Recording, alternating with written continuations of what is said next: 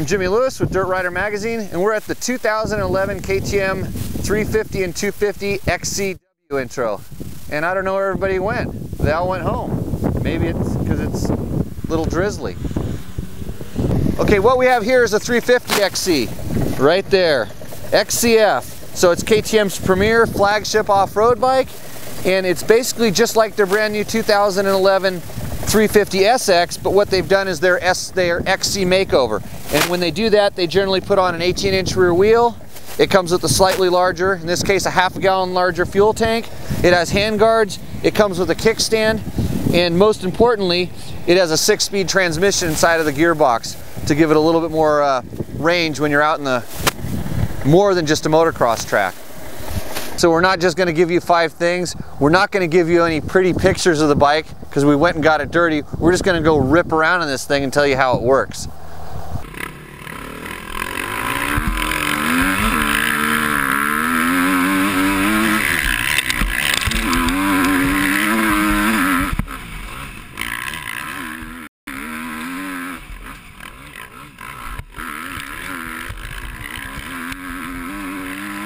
Because that 6-speed gearbox is something you're just not going to get anyplace else.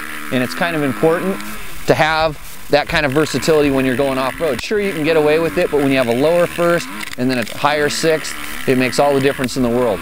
The power, though, is exactly like the SX. There's no changes. There's no different cams. There's no different ignition timing. It is an SX motor with a different gearbox mated onto it. So it doesn't have a whole lot of torque.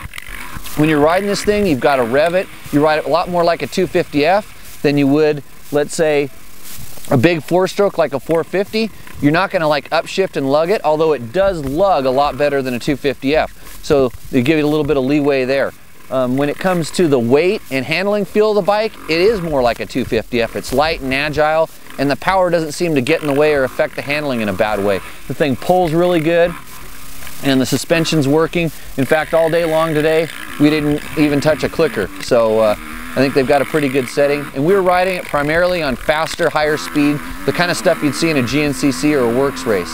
And then we were, of course, riding around the motocross track.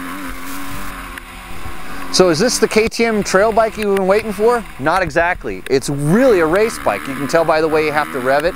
But the one really good thing they've done is put fuel injection on this thing, and especially on the 250F. We've just spent a lot of time on the XCFW 250, the 6 days one, and the biggest problem with that bike is the carburation.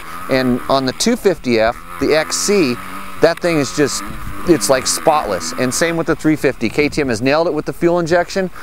So the bike carburates or fuel injects just about perfect, and that way you can give it big throttle openings. It doesn't bog or hesitate, and then it revs to the moon. The biggest thing about the transmission is it allows you to use each gear a little bit longer, and the bike pulls longer. You don't have to shift as much, it seems, and it seems like it's putting power to the ground a lot better.